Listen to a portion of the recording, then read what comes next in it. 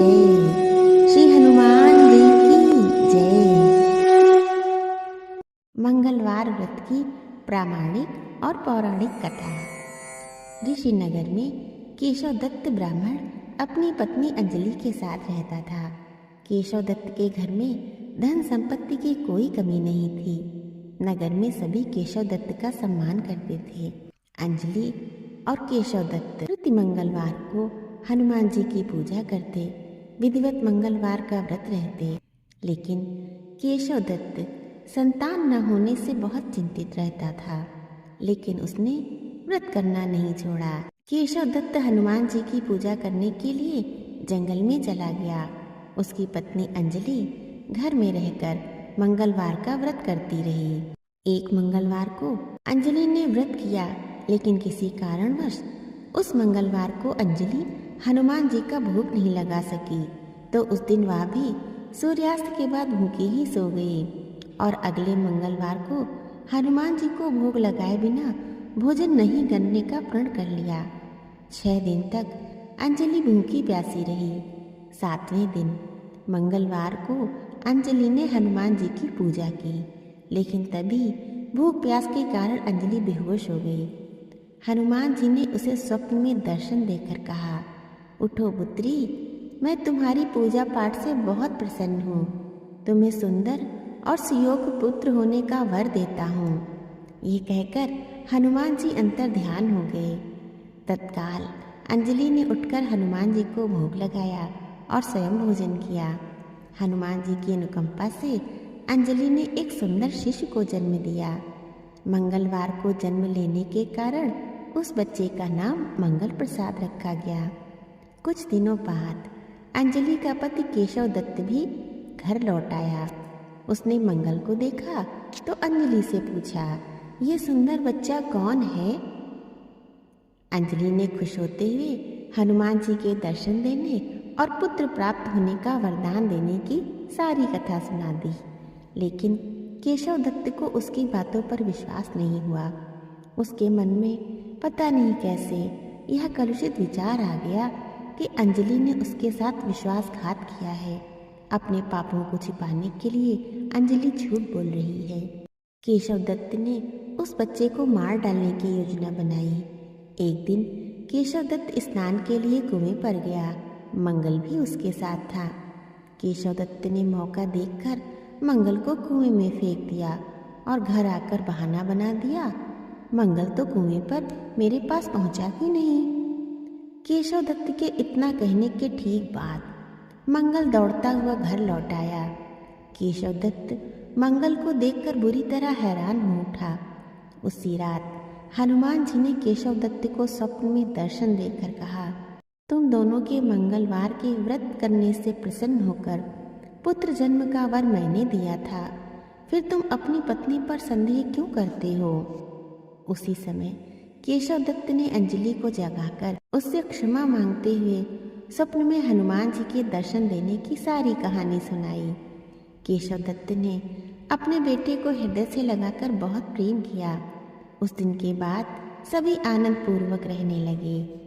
मंगलवार का विधिवत व्रत करने से केशव दत्त और उनके परिवार के सभी कष्ट दूर हो गए। इस तरह जो स्त्री पुरुष विधिवत मंगलवार का व्रत करके व्रत कथा सुनते हैं, हनुमान जी उनके सभी कष्ट दूर कर घर में धन संपत्ति का भंडार भर देते हैं। शरीर के सभी रक्त विकार के रोग भी नष्ट हो जाते हैं। तो बोलिए हनुमान जी की जय।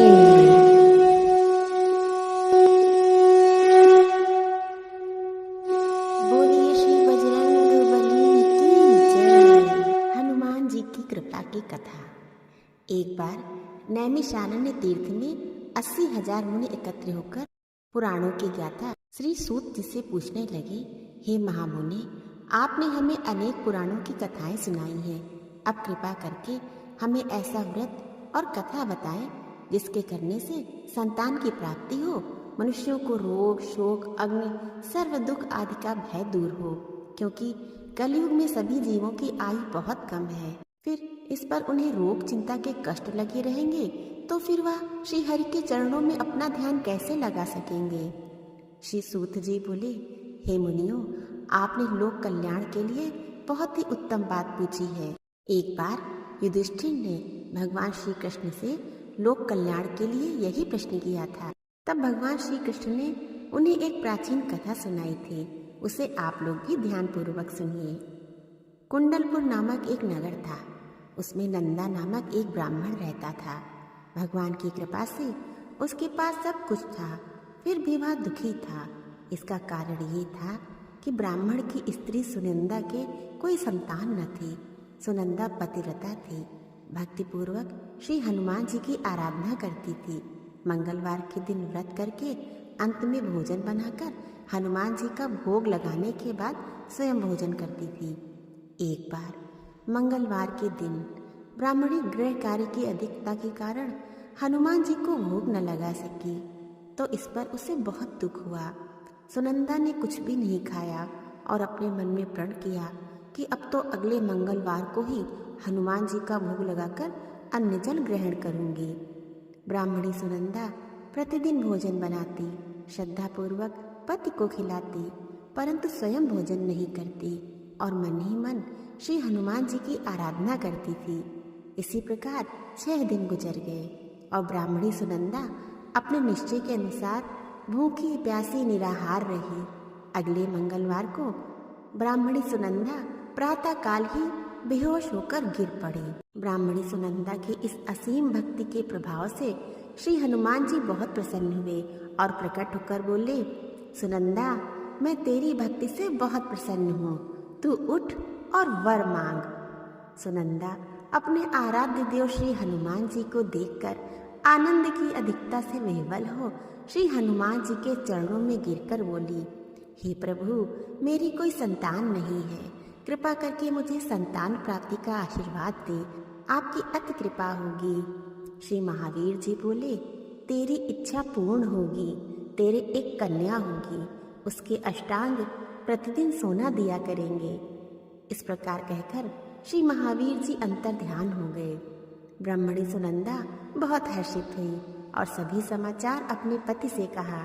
ब्राह्मण देव कन्या का वरदान सुनकर कुछ दुखी हुए, परंतु सोना मिलने की बात सुनी तो बहुत प्रसन्न हुए।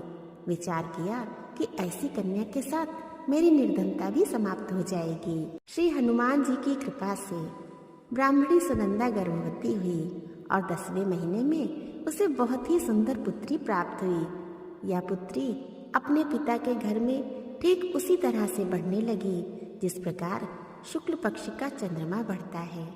10वें दिन ब्राह्मण ने उस बालिका का नामकरण संस्कार कराया। उसके कुल पुरोहित ने उस बालिका का नाम रत्नावली रखा, क्योंकि यह कन्या सोना प्रदान किया करती थी। इस कन्या ने पूर्व जन्म में बड़े ही विधान से मंगल देव का व्रत किया था। रत्नावली का अष्टांग बहुत सा सोना देता था। उस सोने से नंदा ब्राह्मण बहुत ही धनवान हो गया। अब ब्राह्मणी भी बहुत अभिमान करने लगी थी। समय बीतता रहा। अब रत्नावली 10 वर्ष की हो चुकी थी। एक दिन जब नंदा ब्राह्मण प्रसन्न चित्त था, तब सुनंदा ने अपने पति से कहा, मेरी पुत्री रत्नावली विवाह के योग्य हो गई है, अतः आप कोई सुंदर तथा योग्य वर देखकर इसका विवाह कर दें। यह सुन ब्राह्मण बोला, अभी तो रत्नावली बहुत छोटी है।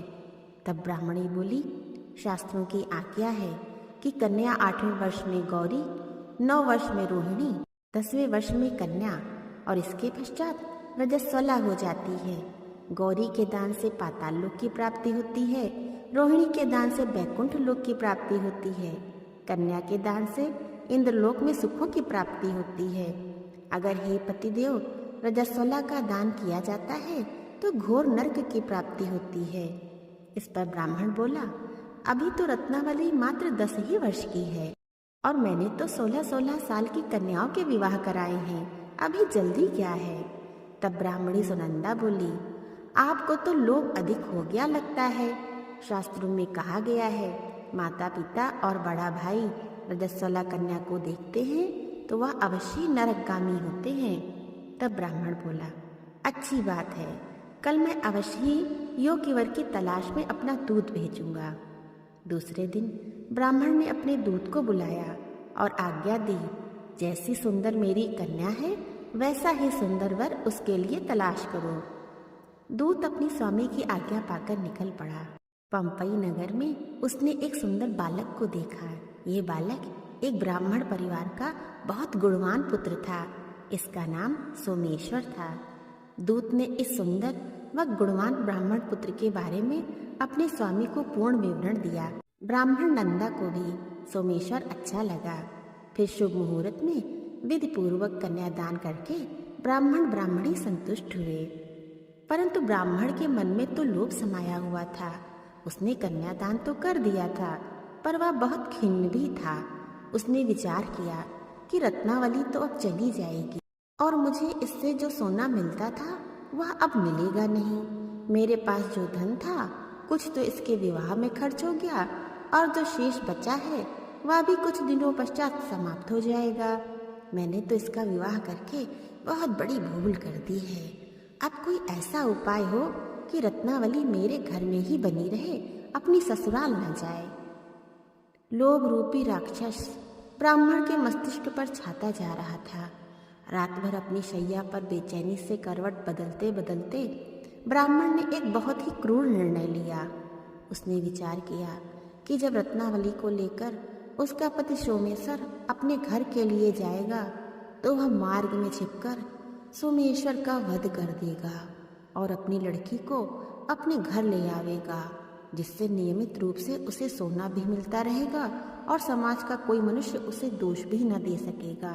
प्रातःकाल हुआ तो नंदा और सुनंदा ने अपनी जमाई तथा लड़की को बहुत सारा धन देकर विदा किया। सोमेश्वर अपनी पत्नी रत्नावली को लेकर ससुराल से अपने घर की तरफ चल दिया। ब्राह्मण नंदा महालोभ के वशीभूत हो अपनी मति खो चुका था। पाप पुण्य का उसे विचार न रहा था। अपने भयानक व क्रूर निर्णय को कार्य रूप देने के लिए उसने दूत को मार्ग में अपने जमाई का वध करने के लिए भेज दिया, ताकि रत्नावली से प्राप्त होने वाला सोना उसे हमेशा मिलता रहे और वो कभी निर्धन ना हो। ब्राह्मण का दूत अपने स्वामी की आज्ञा का पालन करते हुए उसके जमाई सोमेश्वर का मार्ग में ही वध कर दिया। समाचार प्राप्त कर ब्राह्मण नंदा मार्ग में पहुंचा और रुदन करती अपनी पुत्री रत्नावली से बोला, हे पुत्री, मार्ग में लुटेरों ने तेरे पति का वध कर दिया है। भगवान की इच्छा के आगे किसी का कोई वश नहीं चलता है। अब तू घर चल, वहां पर ही रहकर शेष जीवन व्यतीत करना। जो भाग्य में लिखा है वही होगा। अपने पति की अकाल मृत्यु से रत्नावली बहुत दुखी हुई। करुण क्रंदन व रुदन करते हुए अपने पिता से बोली, हे पिताजी, इस संसार में जिस स्त्री का पति नहीं है उसका जीना व्यर्थ है। मैं अपने पति के साथ ही अपने शरीर को जला दूंगी और सती होकर अपने इस जन्म को, माता पिता के नाम को तथा सास ससुर के यश को सार्थक करूंगी। ब्राह्मण नंदा अपनी पुत्री रत्नावली के वचनों को सुनकर बहुत दुखी हुआ। विचार करने लगा, मैंने व्यर्थ ही जमाई वध का पाप अपने सिर लिया। रत्नावली तो उसके पीछे अपने प्राण तक देने को तैयार है। मेरा तो दोनों तरफ से मरण हो गया। धन तो अब मिलेगा नहीं। जमाई वध के पाप के फलस्वरूप यम यातना भी भुगतनी पड़ेगी। यह सोचकर ब्राह्मण बहुत खिन्न हुआ। सोमेश्वर की चिता बनाई गई। रत्नावली सती होने की इच्छा से अपने पति का सिर अपनी गोद में रखकर चिता में बैठ गई। जैसे ही सोमेश्वर की चिता को अग्नि लगाई गई, वैसे ही प्रसन्न हो मंगल देव वहां प्रकट हुए और बोले, हे रत्नावली, मैं तेरी पति भक्ति से बहुत प्रसन्न हूँ, तू वर मांग। रत्नावली ने अपने पति का जीवन दान मांगा। तब मंगल देव बोले, रत्नावली, तेरा पति अजर अमर है, यह महाविद्वान भी होगा और इसके अतिरिक्त तेरी जो इच्छा हो वर मांग। तब रत्नावली बोली, हे ग्रहों के स्वामी, यदि आप मुझ पर प्रसन्न हैं तो मुझे यह वरदान दीजिए कि जो भी मनुष्य मंगलवार के दिन प्रातःकाल लाल पुष्प, लाल चंदन से पूजा करके आपका स्मरण करेगा, उसको रोग व्याधि न हो, स्वजनों का कभी वियोग न हो, सर्प, अग्नि तथा शत्रुओं का भय न रहे। जो स्त्री मंगलवार का व्रत करे वह कभी विधवा न हो। मंगलदेव तथास्तु। कहकर अंतर ध्यान हो गए। सोमेश्वर मंगलदेव की कृपा से जीवित हो उठा। रत्नावली अपने पति को पुनः प्राप्त कर बहुत प्रसन्न हुई और मंगलदेव का व्रत प्रत्येक मंगलवार को करके वृतराज और मंगलदेव की कृपा से इस लोक में सुख ऐश्वर्य को भोगते हुए अंत में अपने पति के साथ स्वर्गलोक को चली गई।